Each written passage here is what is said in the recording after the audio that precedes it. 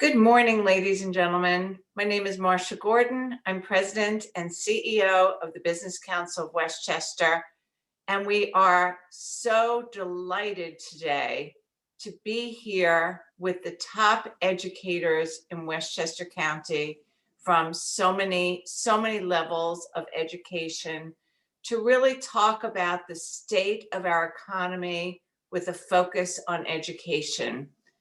The Business Council of Westchester started this series to look at different sectors post-pandemic as we are moving forward. We started with infrastructure, we continued with healthcare, today is education, and then our final one will be hospitality and retail.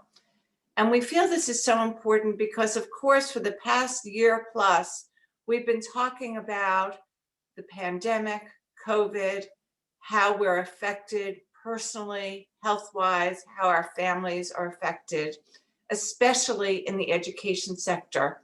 Will our kids be able to go back to school where our colleges have graduations? But we want at the Business Council of Westchester to look at the economic impact because we know our education sector is so important to the future of our economy in so many ways. So I think this will be a very robust discussion. We have many people on, so it will be a quick discussion with opportunities for follow-up afterwards if anybody wishes. And we thank you all for being here. We especially thank our presenting sponsor, PCSB Bank.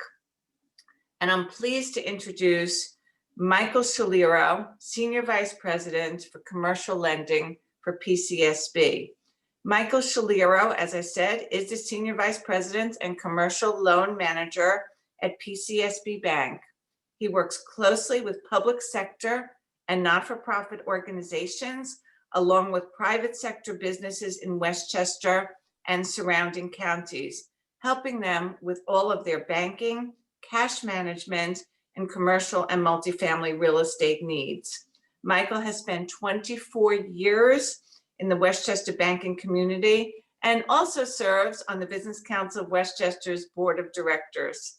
He lives with his family in Armonk and is very close to the public and education sectors, as he also serves as town supervisor for the town of North Castle. Michael and PCSB, thank you for being our presenting sponsor. And if you'd like to say a few words, I'm turning it over to you. Thanks, Marsha. Thanks for the opportunity. As Marsha said, I'm Mike Schliro, Senior Vice President at PCSB Bank, also proud to serve on the Board of Directors for the Business Council and chair their ambassador program. And it's an honor to sponsor this series of the state of the Westchester economy. And today's topic couldn't be any more relevant, education. I want to thank Marsha and John and the rest of the Business Council staff for assembling this terrific panel of experts. So we're very anxious to hear what you have to say. And I'm proud to know several of them and serve with them as well on the Business Council board. It's incredible. It's been over a year since the pandemic hit Westchester County, and there was no segment that was hit harder than education. I have children in high school and college, and I'm immensely impressed at not only how our educators had to basically recreate education, but how they did it in this challenging environment and then exceeded expectations. So as a parent of children, very grateful to all of you and everybody in your segment for the incredible work that you've done to educate our children in the toughest of times. As always, Business Council is a leader in the business community and taking the initiative on creating dialogue around very, very important issues. Today's being no more important as any other being education. And I just want to put a quick plug in for membership. So if you're watching this and you're not a Business Council member, please consider joining. Experiencing this event gives you a real good flavor of the type of events that the Business Council puts on. And as Marsha had said, we're a longtime member at PCSB Bank, but I also chair the ambassador program. So as a little free plug, when you become a member for the first 12 months, you get a free mentor, a free ambassador. And I chair that group, so I can guarantee you that you're going to have a great experience for the first year. Think of it as almost like a free personal trainer for a year, completely free. I also just wanted to mention from the bank standpoint, We support the education segment. We try to work our best to provide the right financial tools and be a partner in public and private educators. And we also promote financial literacy, which there is a tie-in to this segment. So I present a program on financial literacy. I've done it for the Business Council at the Youth Summit. I just did one recently for Girls Inc., a non-for-profit organization. I've done it for business organizations, private companies. If anybody out there is interested, it's very simple. It's for all ages. And if anybody's interested, reach out to me or reach out to the Business Council, and you can connect with me through there. Every industry's been struggling through the pandemic, and PCSB Bank is proud to have been a partner to all those businesses, whether they were our customers or actually non-customers reaching out to us looking for help. So we're proud of the work that we've done there. Any way we can help in any way to any business or nonprofit organization, let us know. Again, I want to thank Marsha and John and the crew for putting this terrific panel together. We're very anxious to hear what you all have to say. And I'll put one last plug in. If you're not a member for the Business Council, please consider joining. And Marsha, thanks for the time. Thank you, Mike. We absolutely train our board members very well. So thank you. But in all seriousness, I think especially during this time, so many businesses and organizations have learned the value of having close partnerships with our banking community, and especially our community banks. And to Mike and Joe Roberto and the team at PCSB, you have been absolutely terrific. I also want to introduce our contributing sponsor, C-Clean. And I know Joe Pizzamenti is on. C-Clean is a commercial cleaning company trusted to maintain our region's leading healthcare, educational, and corporate facilities with daily cleaning services, disinfecting, and many specialized services. So this is all ringing a bell, and something is going off in your head and saying there's no more important time for a company like C-Clean. You're absolutely right, because they have highly trained team members using state-of-the-art technologies, safe products, proven processes, and rigorous quality control procedures. This helps organizations move forward through the pandemic by prioritizing the health and wellness of people in their buildings. And you can learn more at www.cclean.it. And I want to say I've known C-Clean. This is a fantastic family business in Westchester, multi-generational. Mary Beth, I see you shaking your head.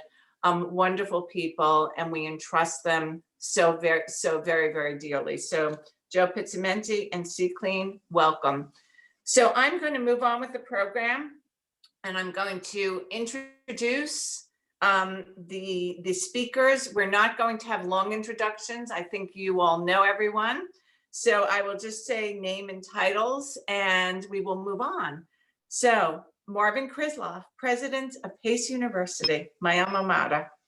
Dr. Joseph Rica, Superintendent of Schools, White Plains School District. Dr. Belinda Miles, President, Westchester Community College. Dr. Seamus Carey, President, Iona College. Mary Beth Del Balzo, President, College of Westchester. Dr. Harold Coles, District Superintendent, Southern Westchester BOCES, welcome. Dr. Michael Geisler, President, Manhattanville College. Dr. Edwin Quezada, Superintendent, Yonkers School District. Dr. Milagros Millie Pena, President of Purchase College. Dr. Jose Herrera, Provost and Vice President of Academic Affairs, Mercy College. And Michael Smith, President of Berkeley College. I hope it's okay with you all if going forward, I just call you by your first name. I think we are all familiar with each other, and we thank you all so much. So Marvin Krisloff, I'm going to start with you and put you on the spot. Pace University. Dr. Gordon. You got me. I know you've recently received a HECAP grant from the New York State Higher Education Capital Matching Grant Program to create a healthcare hub in Pleasantville. Please tell us how that will impact our local economy. Well, thank you, Marsha. We're really pleased to get this grant. A lot of our graduates do stay in the area. And so this was, of course, very beneficial for the local economy. And we know that healthcare is going to be an increasingly important part of the economy. So what this grant will do is will help meet the demand for healthcare professionals. Enrollment in our healthcare professions program has doubled in the last 5 years, and we've added 6 new programs. So the healthcare hub is going to give us the space to accommodate more students. It will allow students access to new equipment and technologies, including additional simulation space, high fidelity simulation equipment, telehealth simulation capability, and advanced information technology. And of course, that's going to help the local economy because it's going to train workers who are going to be equipped to deal with cutting edge situations. So we're very excited about this. Thank you to the state. And thanks to those of you who may have supported our efforts. I don't know who you are, but thank you. So what's really interesting about this panel and about talking about the state of the economy moving forward in education is that Marvin, you've kicked it off very well for your colleagues as well, because everyone here has had a new announcement, has been moving forward, has kept the ball rolling in the educational sector moving forward. And Marvin, I know at PACE, you also have a unique internship program, which is funded by donors. That offers funded internships in the area of not-for-profits, which is so important to, it's a major part of our economic sector. So can you talk a little bit about how this works to benefit the students and also, of course, help the not-for-profits in the area? Thank you. So we started the resilience and recovery. We started calling them recovery, and now they're the resilience internships at the height of the pandemic, because we were hearing from students that they had lost their internships. And so what we did was we thought about a two wins for the students, giving them job opportunities in non-for-profits, and non-for-profits helping them during a very difficult time. And so we were able to get donations from some foundations and individuals, and we kicked in some money ourselves. And we funded a lot of internships that were so successful that the organization said, can we have those students during the year? And it's going to be, and we did that, and it's going to be even bigger this summer. Some of the Westchester County nonprofits that we helped fund were Rockefeller Preserve, the United Way Feeding Westchester, and as well, we also did that with organizations in the city. But we saw it as a real win, both for the students, introducing them to the nonprofit sector, and for the nonprofit organizations that we're trying to help with essential services during this very challenging time for so many families. So a great initiative, great leadership. And as we know, there are so many opportunities in the not-for-profit sector. And at no time has there been a greater need. So Marvin Krislov of Pace University, thank you so much. I know you have a major meeting to go to, so we appreciate you being here, and we appreciate everything Pace does, and we'll be watching that healthcare hub in Pleasantville. Thank you. Great seeing everybody. Bye-bye. So moving along to Joe Ricca, who we see all of the time because he's such a great leader at our White Plains Public Schools, and he's also the president of the Lower Hudson Superintendent's Council. So Joe, we'd all like to get your perspective as the president of the Lower Hudson Superintendent's Council on how the American Rescue Act's funding of $9.1 billion will be utilized to reimagine pre-K through 12th grade in our public school systems. That's a long question, but I know you have the answer. I will definitely do my best. First, let me just say thank you so much, Marsha. It's such an honor to be here and be part of this panel with great friends and colleagues. Thanks to the sponsors as well, and definitely the Business Council. And I absolutely second the reminder, if you're not a member of the council, please consider joining today.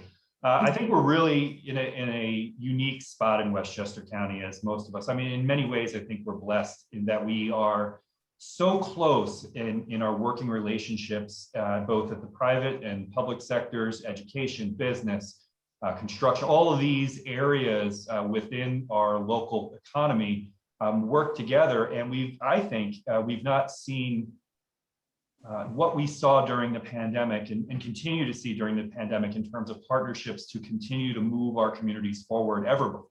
So, from that perspective, I think Westchester County has truly risen high in terms of trying to do everything we can to support all of our community members, including, of course, our children, through this really difficult and novel time. With regard to the American Rescue Act, I do have to say thank you to all of our elected officials who pushed so hard to make sure that New York was the recipient of much needed funds to ensure that the rest of the country would be supported by New York moving forward, right? So I sort of feel like, as New York goes, so does the country. And we've had a lot of concerns moving into the latter part of last year, certainly, and into this year related to budget concerns and all of that.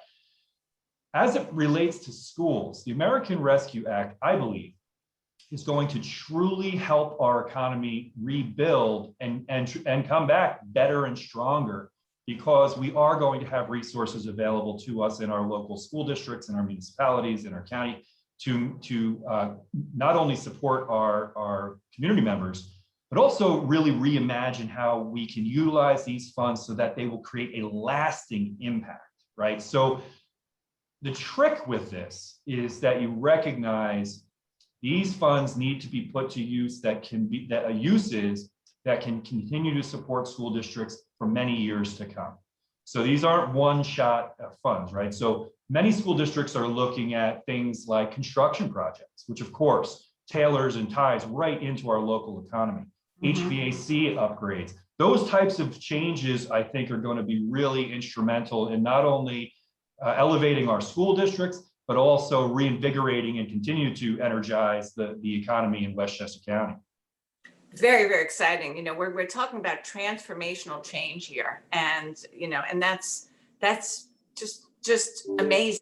It's amazing that out of this really tough time, we can all be talking about transformational change for our education system. Amazing. So, Joe, can you give us a 35,000-foot view, very high, on how this will help connect to colleges, ultimately impact business and the economy? Absolutely. And I think we probably all agree, especially those of us who still have school-age children. I have a 7-year-old and a 4-year-old, so I'm in that boat of anybody who struggled through remote learning and hybrid learning and continues to do so. It all connects to college and university. As we support our kids coming through our pre-K through 12 systems and make sure that they have the skills necessary to be successful and have the skills necessary to have options as they near completion in the pre-K through 12 sphere, that's going to assist our friends in higher education and, of course, in our local economy, right? It's cyclical. So if we hit a roadblock somewhere down the road, that has a long-term downstream impact later. What we want to see is every single child in Westchester County who wishes to have the opportunity to pursue higher education once they graduate from our high schools. And the key to doing that is to make sure that our kids have not only the academic support, but also the social and emotional support. These funds are earmarked to do just that. As you know, 20% of the overall allocations in school districts needs to go to support the so-called learning loss or gaps that may have shown themselves during the pandemic. We're going to utilize those funds to do that, strengthen our children, make sure they're ready to go so that when they're applying to colleges at my colleagues' schools here, they're going to be welcomed with open arms. This is good news for Westchester County, and it's certainly good news for our families. Thank you, Joe, and thank you for your advocacy and your leadership in helping to get those funds. And there's nothing more important to the future of our community and the future of our economy than our children. So thank you so very much. Thank you. It's been a pleasure. And moving along the education sector, Belinda Miles is the president of Westchester Community College, and you had some big news also this past week. So congratulations on the PepsiCo Foundation Scholarship and Professional Mentoring Program to support Black and Hispanic aspiring and graduating community college students. I know Westchester is one of 3 or 4 community colleges in the nation. That's incredible. Selected for this grant. And maybe you can tell us how this will create a pathway to better pay and greater opportunities to help Black and Hispanic students. Yes, Marsha, thank you so much for acknowledging that extraordinary gesture from PepsiCo. It's more than a gesture, it's a very intentional investment. And Westchester County is excited to be along Dallas, Chicago, and Houston, major cities, major portals for helping our students of color to have pathways to high demand fields. The focus, of course, given the career pathways in PepsiCo, we'll look at some of the business opportunities, advanced IT, including programs such as those offered through our IBM Academy, as well as cybersecurity. And we are one of 9 colleges nationally that are designated as a Center for Academic Excellence in Cybersecurity. And that designation we received from the U.S. Department of Homeland Security and the National Security Agency. So these are, again, intentional pathways to help students and open doors to many of our first generation students who may not have be aware of the career opportunities. Many of these fields are emergent, but to welcome them and let them know that they belong and they have access and that they can learn and train to be to have this type of opportunity in their lives. Our Pepsi sponsor said that education is an equalizer that enables economic growth. And just to share a stat with you that we're very proud of, there was a recent New York Times assessment of income and economic mobility that reported that 21% of students at Westchester who start their studies in the bottom 5th income quartile end up in the top 5th income quartile later in life. That is really evidence of the kind of progress that's available through education. It's a game changer for the individuals who have an opportunity for these pathways. And we're really excited to partner with PepsiCo and others who are expressing corporate responsibility and other investments from government aid and grant initiatives. So that's an amazing economic statistic. And it really talks about education again as contributing to the economy, as being the main ingredient to having economic health in people's lives. And the fact that we have Westchester Community College and your leadership, Belinda, and our corporations here in Westchester who are so committed to the growth, to the community. And PepsiCo is amazing. So we thank, and I know there's someone at PepsiCo who's a proud Westchester Community College graduate, Peter Wilcox, who's also a member of our board as well. So how will the focus, Belinda, on P-Tech and STEM fields benefit our economy and Westchester-based businesses? Well, P-Tech is an initiative that engages high school students in a career focus. So having an earlier commitment to a career aspiration is so helpful for students. We find that they are then able to come into their college studies with more direction and with more of an understanding of what they're trying to do and what field of endeavor they'd like to engage in. We've been able to align our P-Tech initiatives with some of the areas that are hot fields for Westchester County, like bioscience, advanced manufacturing, financial technology. And so having that kind of alignment and a direct pipeline helps us to just to guide and direct and help younger students understand what's possible for them, and then provide them with the support, the mentoring, the support services that can direct them on a specific pathway. About 60% of our students are enrolled in career and technical education programs. Many of them will graduate and start middle skills careers that don't require the baccalaureate immediately, but require more than the high school focus. So the P-TECH and STEM fields are great alignment and great pathways. Others will transfer on to many of the institutions. We're glad and proud to call you our transfer partners and continue their careers. And we're also open with our 5 locations strategically placed throughout the county to offer years 3 and 4 with partnering institutions so that we can offer the baccalaureate degree. This is something we have our sights set on as we're opening a branch campus in Yonkers to really expand the opportunities for students where they are. And so that's an exciting experience. And we're looking forward to investing in those that infrastructure, the labs and the learning spaces that will help advance students' preparation for these fields. Very, very exciting news. That's very exciting news. Thank you so much. And thank you also for the focus on cybersecurity. I know that's a hot field and I know it's much needed. So you're doing amazing work. And am I correct in remembering that P-TECH was started by IBM?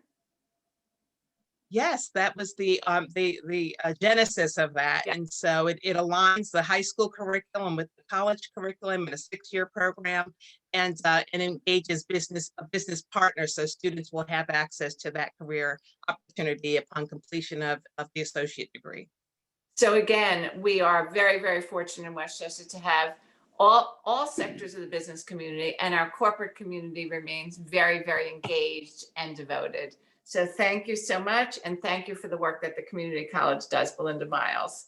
Seamus Carey, pleasure, I know you've had some big news these past few months, but first let me congratulate you on your 2nd anniversary as president of Iona College, as well as your Gales basketball team making it into the NC double A.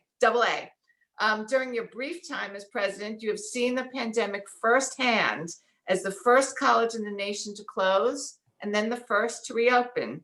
Despite the daunting challenges you've seen facing despite the challenges we've all seen facing enrollment, your enrollment has increased by 15%. What do you attribute that rise? Good morning, Marsha, and thank you for having me here. Well, I think we got a little bit lucky last year insofar as we built the platform for a new enrollment process that was largely online before the pandemic hit. And so without obviously knowing that was going to happen, we were well prepared to engage our students and their families throughout the recruitment cycle with our online content. And we had really robust engagement through that process. And that really paid off in the end. And we've been able to develop and build on that this year. So, I mean, it's challenging, as all the folks in higher ed here know, it's a challenging time for enrollment for private schools. But so far we've been doing pretty well. And again, I think it's because we were out in front of it before the COVID crisis hit. So you've also are about to if everything moves forward as you plan, you're about to double your campus footprint during the past few months and the coming months with the acquisition or the planned acquisition of Concordia College in Bronxville. Let's talk about that. How do you plan to use that campus? Well, Iona is a lovely little campus, but it is small. And so in order for us to deliver all the opportunities to our students that we want to do and we feel like we need to do, we needed more space. And that includes both academic and co-curricular activities. So we do look at the Concordia campus as an opportunity to expand in the health sciences in particular, but it won't be limited to that with regard to academics. That will be a sort of point of emphasis. But we plan on building around that as well in the academic arena. But we're also really interested in expanding the co-curricular opportunities for our students. Iona, as you mentioned, we're a Division I athletic program.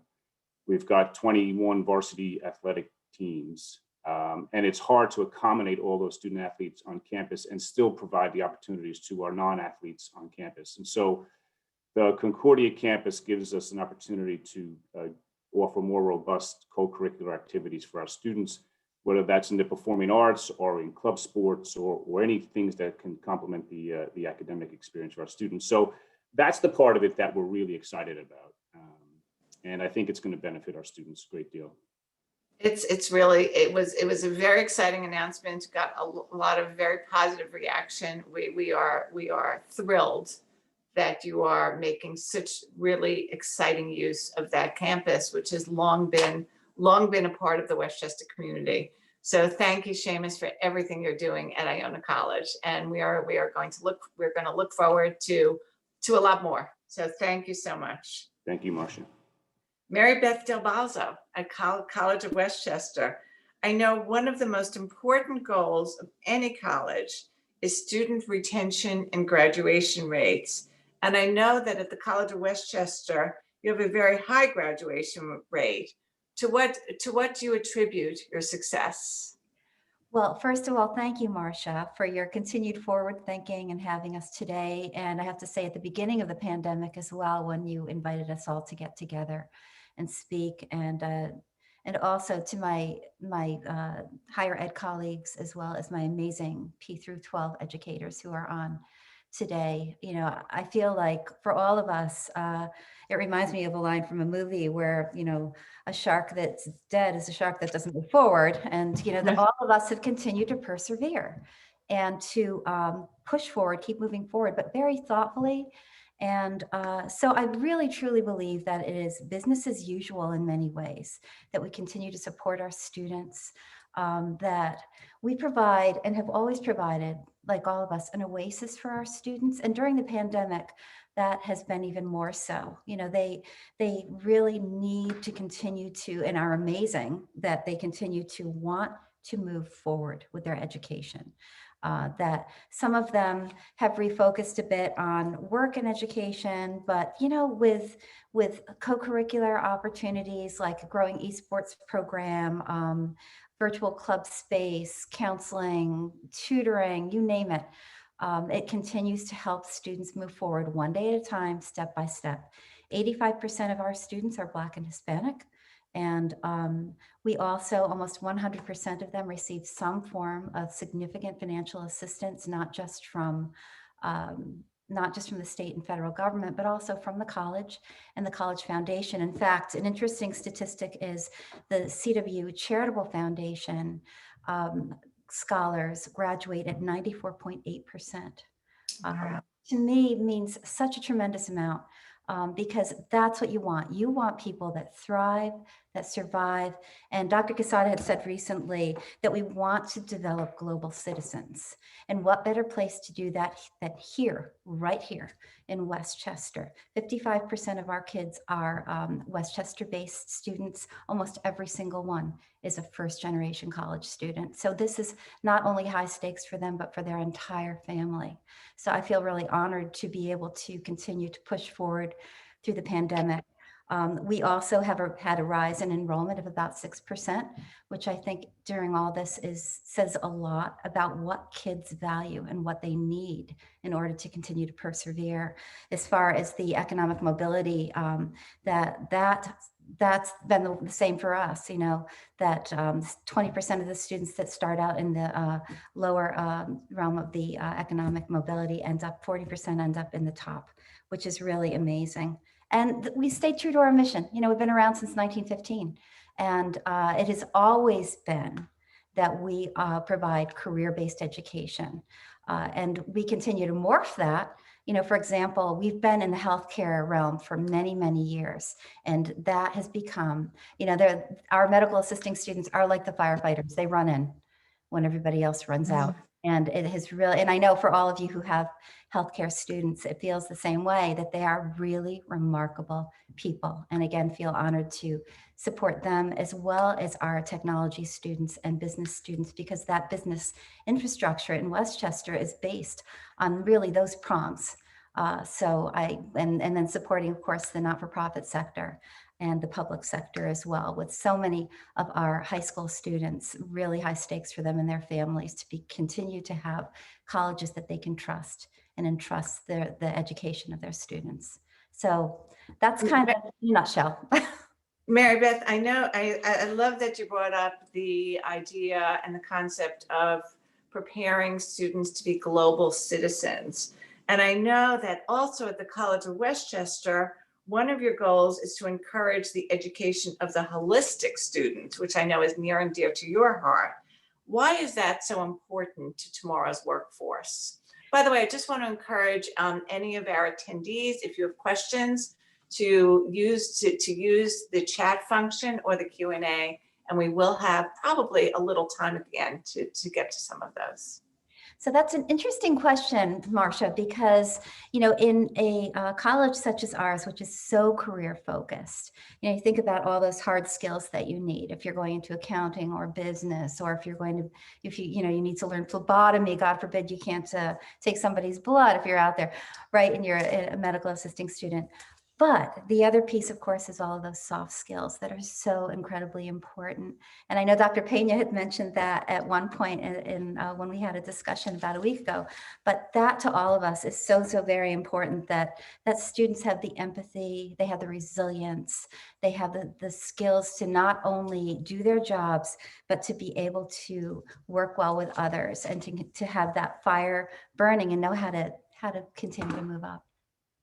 Thank you so much, and thank you for everything the College of Westchester does. It is amazing that you have been part of our educational landscape in Westchester since 1915. So thank you so very much. Harold Coles. Harold is superintendent of BOCES Southern Westchester, and I know that COVID interrupted learning at BOCES, but how did that impact at the beginning? But you've moved forward. So how did that impact the practical work internships that are so important to your BOCES program? And how does that resonate with our workforce in the years ahead? So I want to also take an opportunity to thank you, Marsha, for having that voice to be able to share this. I think part of what the Board of Educational Cooperative Educational Services stands for is partnerships with businesses and with community members and with other organizations. We partner with 32 school districts in our region, and 2 of the districts aren't part of our BOCES components, but we still work with them, Yonkers and Mamaroneck. I want to highlight the fact that this is not the first experience that our country's had with remote learning. Back in 1937, there was a polio epidemic and remote learning took place. And going back to what the technology at the time was, remote learning was around radio and not the computer. And so this is not the first time we've had this experience. We've had a career technical education impact about 90 students with the reduction of students coming back. And some of that's related to parents at the beginning of the school year when we wound up switching to remote learning, not feeling comfortable when students came back in September. The impact of remote learning last year, the last quarter, impacted the opportunity for students to have the hands-on learning, which is so critical for our career technical education program. But we were creative. And I think that part of what we were doing was trying to move forward, and we were able to capitalize being ready for the remote learning shift. We had at the time start working with piloting online learning for some of the work that was being done with the students and creating more of an e-learning experience for the students with technology. So when we wound up having to move remotely, we shifted fully to that experience. So students didn't lose the opportunity to learn the materials that they needed. One of the key components of our career technical education program is that students work hands-on as well as work and project-based experiences, which is critical for establishing those skill sets that allow them to be able to move into a career field. At the end of the year, they're able to sit for endorsement exams, and the endorsement exams allow them to step into careers if they so choose to. Oftentimes they go off to college, but they have the skill set to go off and do other things. We have established partnerships with community colleges and also with higher education. We work real closely with the Westchester Community College, and those skill sets allow students to be able to earn college credit alongside working with high school credit. So as you talked about the whole purpose of looking at the P-TECH program, there are other avenues for students who earn college credit while they're in high school, and this is one of those avenues to be able to do that, which allows students to work on fields they're interested in. One of the fields that we work closely with is our EMT program, and that program aligns with the program at Westchester Community College, and oftentimes students leave our program to go into the program to become a formalized EMT specialist. And they're prepared and have an understanding of what they're getting into, but they're also gone through and start looking at college credits that allow them to step into the college, Westchester Community College, and be more successful. As far as other areas that were impacted, we often work closely with students that are considered, they're called CDOS, which is Career Development and Occupational Studies credentialed students. And those students are generally children that are multiply disabled and have alternatively assessments. Those students do not wind up graduating with a high school diploma, but they wind up getting a CDOS credential. And the credential is very focused on creating skill experiences for students. This was really heavily hit because if you can't go to school and you can't work in the community and everything's shut down, it shut down the opportunities for those students to be able to go into programs that they actually were working really closely with. And some of them were working with the Power Authority and some businesses in the city and around the malls area in Westchester to be able to establish work experience. And they were doing work experience on a daily basis, some of them sometimes half a day, working within an industry, working alongside and building their skill set. So this is one of the areas that we didn't wind up having difficulty with. And something to think forward of as far as how we can work in supporting the students once they leave school. They are students that are very high functioning, they work hard. It's just that they are at the point where they're not able to get a high school diploma, but they're really eager to work. And I think that hopefully we can establish some relationships to work with them as things ease up business-wise, to be able to allow them opportunities to be able to get back into the work environment. Yeah, go ahead. Yeah, I was gonna say, we also have an adult education experience as well. And I just want to get back real quickly with that piece. And that adult education program also was impacted.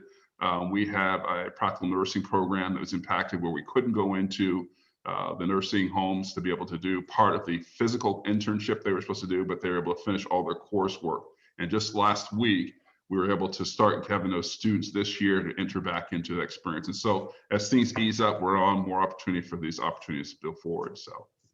Well, it's amazing, for those people who may not be as familiar with the work of Southern Westchester BOCES, as we all feel you should be.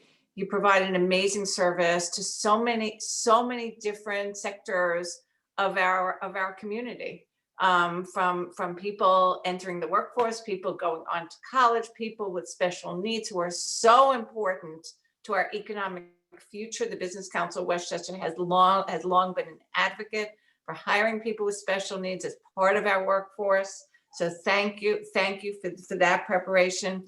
To adult learning, and people going back and reimagining their future. I think that's going to be a very important part of our economic development and our future as we move forward. So the work, Harold Coles, you do at Southern Westchester BOCES, we thank you. I think you just skimmed the surface of everything you do, but we appreciate that work. And I know we're moving forward at the Business Council of Westchester with some discussions with you also to work with some of our specific sectors.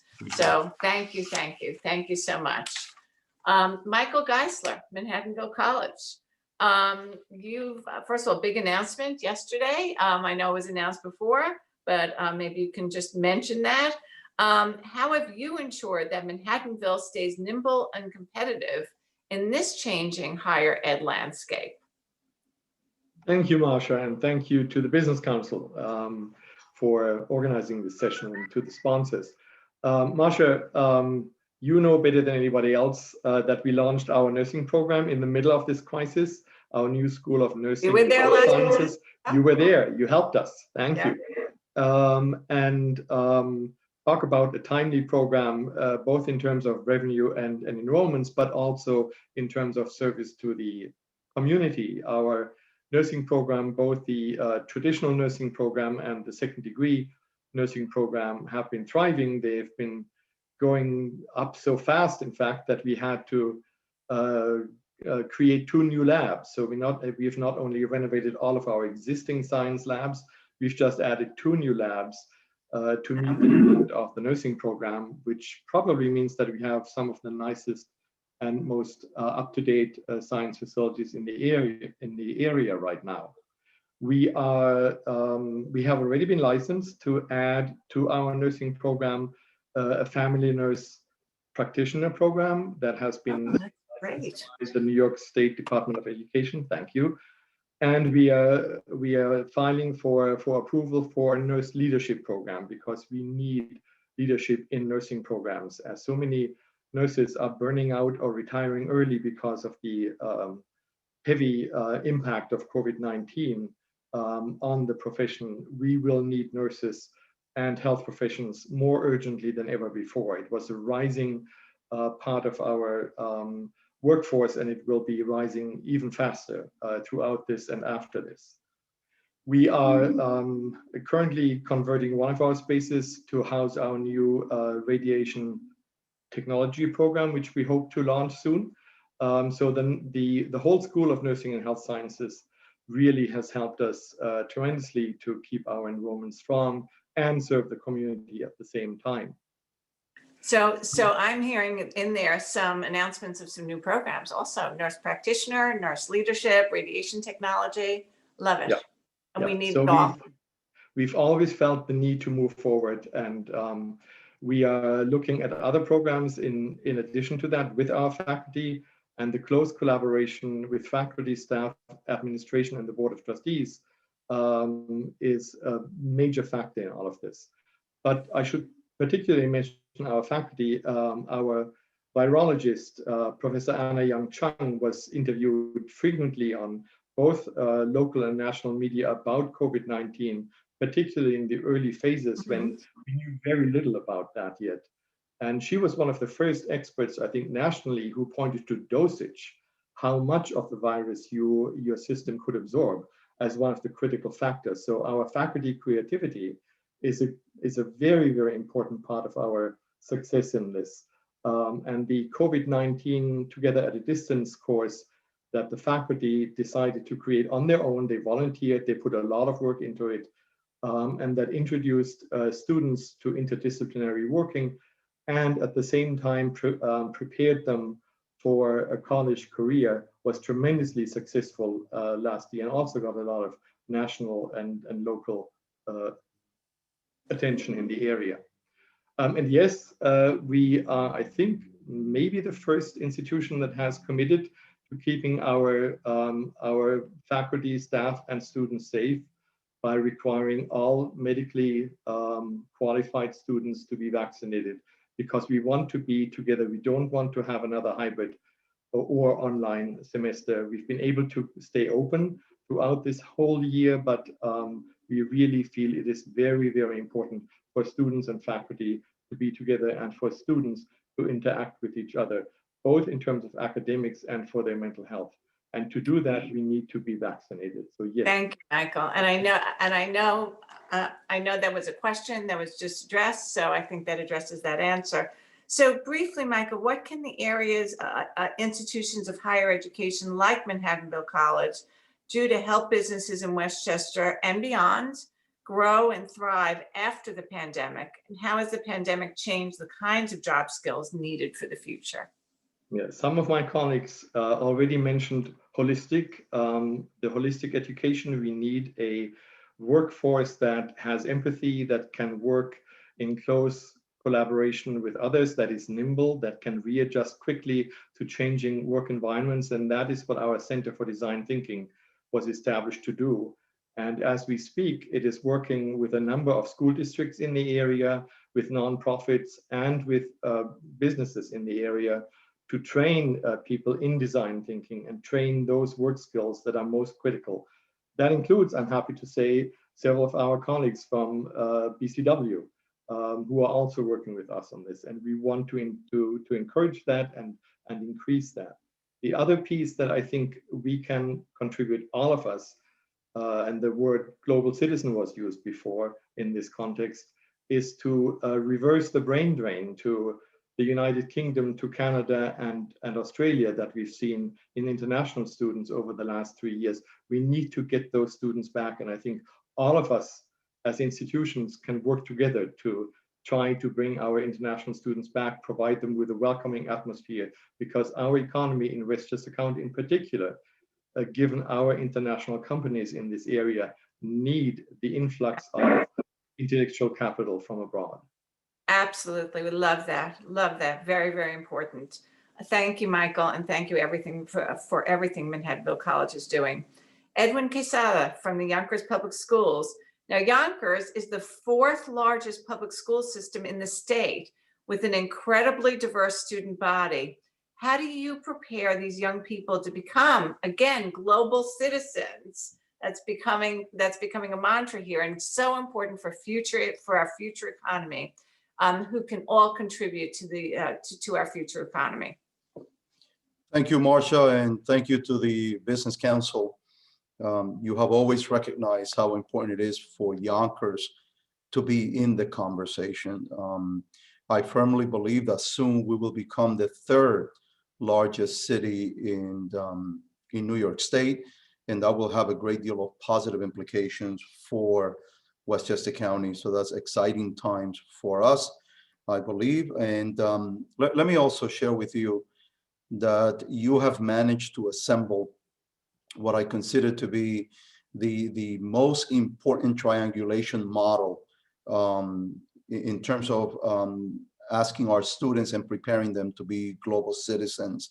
It is in the schools, it is in the post-secondary institution, and it is in the business sector where our students truly have the ability to become global citizens. And you have managed to do that this morning by bringing us together. So thank you for that. Now, we can speak about the strategies that we use to prepare our students to be global citizens. And we also give you potential examples of how we do that. But the key is, can we teach our students to be independent learners more than anything? The information is available. They don't need us for them to learn everything that there is to learn of this global world. So it is our responsibility to change the mindset of all the educators. This concept of having a teacher in front of you delivering instruction for an hour does not work anymore. Not only does it not work, our students do not want that anymore because they can obtain information from so many different places. So the key is for them to be responsible, independent learners. Certainly, partnerships with the business sector is essential. Internships is extremely important. Using the arts to teach about culture, celebrating all culture is essential to helping our students become global citizens. Helping our students understand the value of our diversity is so important. And also, doing culturally responsive education with fidelity. Not only celebrating a particular day, but rather embedding culturally responsive teaching in all curricula. That is so critical to the process. And finally, everyone speaks about social emotional learning and the health of our students. Well, we are responsible for making that happen. I mean, in our schools, in our post-secondary institution, as well as the business sector. So certainly in Yonkers, we're doing that extremely well. We want everyone to appreciate diversity, to accept each other, to understand what tolerance actually means. So that's what we need to do together. And if we do it effectively, our students will become the best global citizens in the world. Well, we know that in Yonkers, you are doing it effectively and you're getting it done, and your students are amazing, amazing. And also, we just read in the headlines last week that Yonkers schools are due to get, am I correct, in $68.7 million in stimulus money? But you were also quoted as saying that the district has so many needs, it will be difficult to determine how to best spend the money, which is a good problem to have, right? I mean, that's really an amazing opportunity. And I know that the district has many needs from upgrading. Well, I'm answering your question for you, so I'll just leave that there for your comment. Listen, Marsha and everyone, it's good to have money for at least a couple of years, and we need to use the money effectively. But I want to remind Westchester County and New York State that the age of our infrastructure is about 85 years old. Yeah. And if we work together to rebuild our schools, it's not only going to help our students and their families and the community, but it's going to help Westchester County as a whole. So $68 million will certainly not be enough for us to rebuild our schools. I also want all of you to know that we are probably the only school district that does not have a full-time counselor, a full-time psychologist, a full-time art teacher, and a full-time music teacher in our schools and more. So we probably will have an opportunity to add additional staffing. But the key for everyone to realize is that it has to be sustainable. So what the federal government is doing for us, and we are extremely thankful, needs to be sustained by New York State. So let's do this strategically. Let's do it the right way. But more importantly, let's ensure that we are partnering with the business sector and the post-secondary institution to create this tripod approach to educating all of our students. And when I mean all, I mean all. Thank you. Thank you so much. And thank you for your leadership. And thank you for that perspective. It's very, very important. Millie Pena, Purchase College, part of the SUNY system. I know now this is a little different from everyone else, but you have a senior living community that's planned for your campus in Purchase. How is that planned to improve the connection to students? Yes, so the Broadview Senior Living, we're going to, hopefully a number of you saw the attention we got just a couple of days in the news, reminding people that that is still moving forward. And in fact, I can report that we will be breaking ground this summer. And one of the wonderful things about the Broadview Senior Living community is its emphasis really for us at Purchase College on intergenerational learning. Sometimes we forget the importance of that. And as someone who grew up in a multi-generational household, of which my grandmother was a major figure, a matriarch, just how much I learned not only about my own history and their migration, but also her perspective about other historical periods that becomes truly an integral part of what you bring home from your school. And then you hear their perspective about, for example, what it was like to live during the Depression. That's not part of your experience, but it was part of theirs, from a perspective of someone who not only had not graduated from high school, but had not graduated from elementary school. Is a very powerful intergenerational learning experience. So we're very proud that we'll be breaking ground this summer.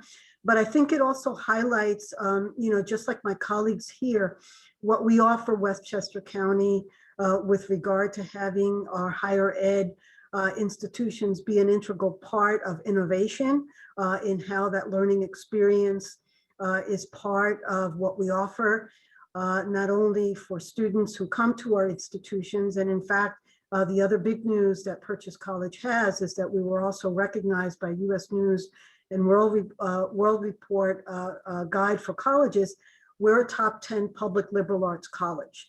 And to me, that's very important because we serve, as you know, the state in the sense that 83% of our students are part of the state. And so SUNY continues to keep students in the state, and that's talent, the talent that we offer to Westchester County.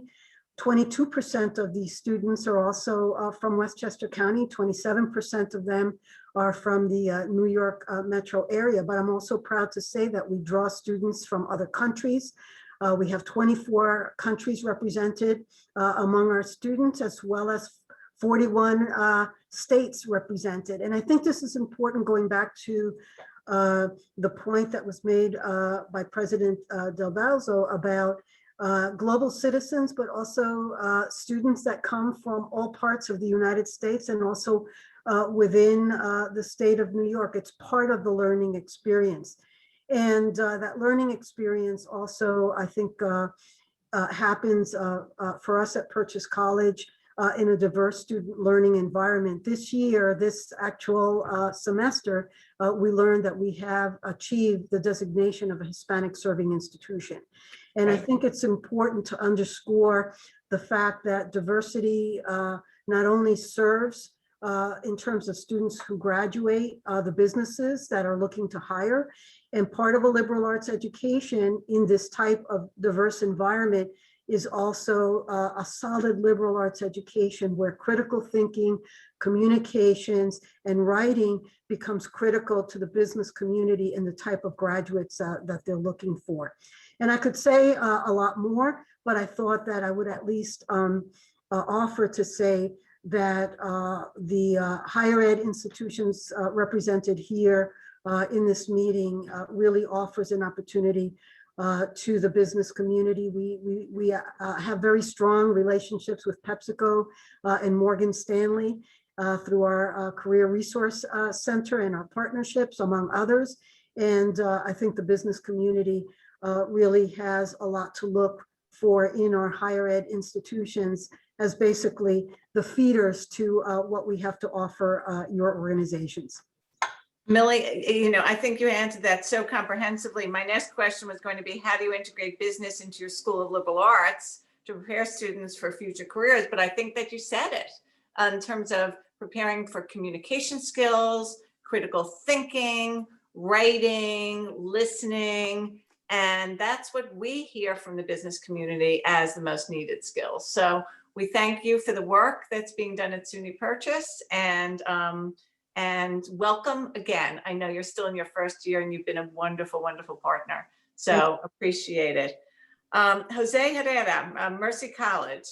I know at Mercy that higher ed has had, you believe higher ed has had to transform learning again to train students for careers. So can you tell us a little bit about what Mercy is doing to adapt to this change? First and foremost, good morning, everyone, and thank you, Marsha, for the opportunity to sort of chime in on what Mercy is doing. And absolutely right. Higher ed is transforming. I think what COVID has done is exacerbated some of these changes, but that were taking place in the background. I think as far as Mercy College is concerned, we're adapting. Some of the things that we are doing now are just now more heavily invested in, for example, paying for paid internships for our students. As you know, many of our students come from lower socioeconomic backgrounds. They really need that experience to connect up with businesses. And most of those connections are made through internships. We're also integrating training modules within our curriculum. That is to say that we're trying to train the students within the courses some of those soft skills and maybe some of those transformative skills that Millie was mentioning. I think those are the kinds of things that we need to have our students graduate with. In addition, we're also, we also have an integrating career metrics in our strategic plan. These are things that institutions should be doing because it's no longer about access or even attainment to some degree. It really is about having those students are having a transformative experience that will allow them to be successful in a career as opposed to just a job. So those are like a few of the things that we're doing. There's a few more things that we won't have time to talk about here, but Mercy's doing those sorts of things to serve its student population. And I know that your students, as you said, are a diverse population. Have you seen any changes in the geographic shifts of where they're coming from? And if so, why is that happening and what impact will that have for the future? Yeah, so we've heard Dr. Quezada say that Yonkers is growing. That's absolutely true, that in the next 10 to 15 years, we'll see those changes, the demographic changes. We'll certainly see a higher influx of Spanish students from all over the world, but Central America, South America, also some changes in African students, so sub-Saharan Africans or maybe some Albanians as well within Westchester.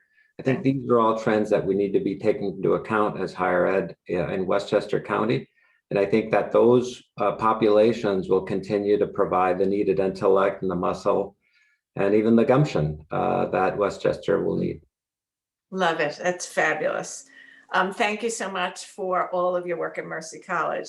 Michael Smith, we have a very, very close relationship with everyone, but I think what's special about our relationship with Berkeley is that we've had probably at least 5 very long-term members of the Business Council Westchester staff team that are Berkeley graduates. And I will tell you, it's very, very rewarding. So thank you. So Michael, what ideas do you have on how colleges can promote experienced employment with Westchester businesses? First off, Marsha, thank you. Thanks for today. Thanks for gathering everybody in the audience. Thanks for being here and listening. I know many of you have been supporting Berkeley College and higher education in Westchester County and the K through 12 pipeline for a long period of time at this point, including Marsha. Marsha speaking from experience, and we really always appreciate when we hire our local students, and a lot of students who come from very interesting backgrounds. I mean, but the opportunities that colleges have and that employers have and that relationship and the partnership that we have here in Westchester County is really experiential learning. Now, there'll be many, many different theories of learning that evolve over time. Experiential learning is practically on everyone's list on one of the best ways to learn. So just to build on some of the things that have been said earlier, the number one opportunity that we really have at this point to really create that pipeline is creating paid internships. Now, a number of organizations do that currently, a number of BCW memberships organizations currently do that. But think about what the impact on Westchester alone would be if each BCW member just took on one paid internship. Now we talk about the IBMs and the Morgan Stanleys and the Pepsis and the great big employers of Westchester. But the growth in Westchester at this point now is from small entrepreneurial organizations. And that's where the great opportunities are.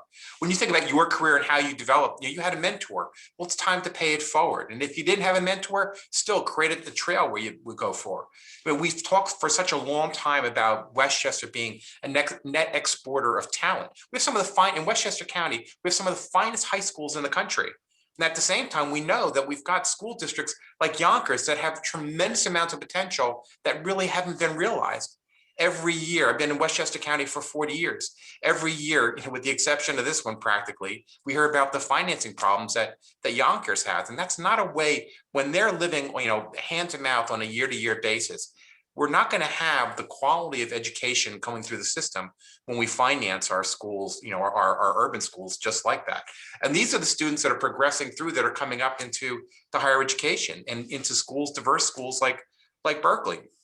I'm a reformed elected official. I know politicians can have a lot of talk about economic vibrancy and economic development that's out there, but let's do things that really move the needle.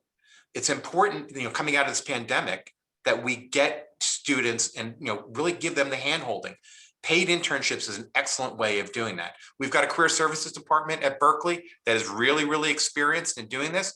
We can, we've trained organizations throughout the entire New York State how to do virtual internships. Now, we all can't wait until we're, back in the offices and doing that again. But even knowing going forward that the hybrid work is going to be a new model that many, many organizations take on. Virtual internships can be done. We know how to do it. Other organizations know how to do it. Don't think you can't hire a paid intern to do a virtual internship. So that's really one of the very best ways that colleges in Westchester and employers in Westchester can work together. Absolutely, Michael, I agree. So if you could speak on behalf of Berkeley, but maybe on behalf of everyone here, what do colleges want employers to know about their students? Well, if no disrespect to our panelists that are older at this point, like I am at this point, but when we went to college, many of our experiences were much different. Back in the day, a number of us, we graduated from high school, we went right into college, we graduated from the same college 4 years later, and then we went into work, and that was sort of the existing model. That was considered, the norm. Well, the norm now is to maybe take a break from high school to college, transfer to different schools, stop, start, not graduate, get married, have children, try to go back to school at different times as adults. I mean, that is, that's the typical high school student. Now, when we look at from the population shifts that are out there, when many of us went to college, we didn't have cell phones. We didn't really have internet per se. The students now, they have these models out there of what they think their lives are supposed to be. We had a couple of channels on TV, and we watched old movies or things like that. So the models and the expectations of students are so far afield, especially when there's economic gaps between where they are and where they're seeing what this ideal life is out there. So that's really exacerbating a lot of mental health issues that are out there and the challenges. Our students, the students that we're dealing with in Westchester County, are dealing with food insecurities. They're dealing with housing insecurities. They have real issues. This is the way that they're growing up, and we're bringing them into the workforce, and we're not really dealing with those things. When Yonkers schools talks about not having school psychologists, or not having support. These are the students that we're bringing into college that you can't take a student who is food insecure with a food, a support system, and free lunches and put them into college and just saying everything's fine. You can't take them with the mental health issues they're dealing with and put them right into college and saying fine. So the colleges have a much harder job to do these days. We need understanding from the employers, a lot of hand-holding. Education is so important at this point now. And one of the things is, but it's not, with free community college, which is great, it creates the affordability, but it's not going to college, it's graduating from college. And we know statistically the difference is over the lifetime about when you graduate from college, what the difference is going to be in lifetime earnings. At Berkeley, Berkeley College itself is in the top 1% of all schools in the country as far as income mobility. So we know the difference when we take diverse populations, give them the education, graduate them, and get them jobs. That is probably one of the best economic development models that you'll ever wind up seeing.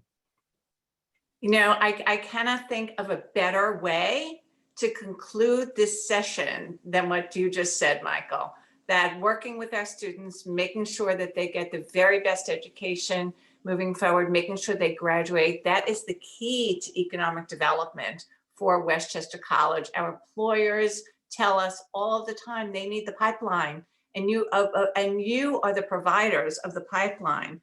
But I've heard some other really, really interesting things during this session. New programs, new internships, building, construction, infrastructure, scholarships, co-curricular activities, expansions, independent thinking, global citizenship. I'm reading some of my notes. Intergovernmental, international learning, innovation, experiential learning. That's all part of creating the opportunities for our young people and our adults who are returning to school for the future, as well as also creating jobs. You're all large employers, probably one of our largest sectors next to healthcare. And we thank you. We thank you for that. We thank you for the opportunities you provide for so many in providing really, really terrific employment at all different levels. And the and the multiplier effect by the other work that you're doing in the community, your purchasers, your suppliers, you provide services. There's so much that you contribute to our communities, to your local communities in which people live and people come from, and people buy goods from all businesses. We thank you for that. And that's always been so important to our economy, and probably no time more important than right now as we move forward with education following this very, very challenging time. So we thank you. The Business Council of Westchester has been working with you during this entire pandemic. We look forward to working with you as we have moving forward, and for all of you and for all who needed to leave a little bit earlier to move forward with their days. We thank you. And to our listeners, we thank you for being here.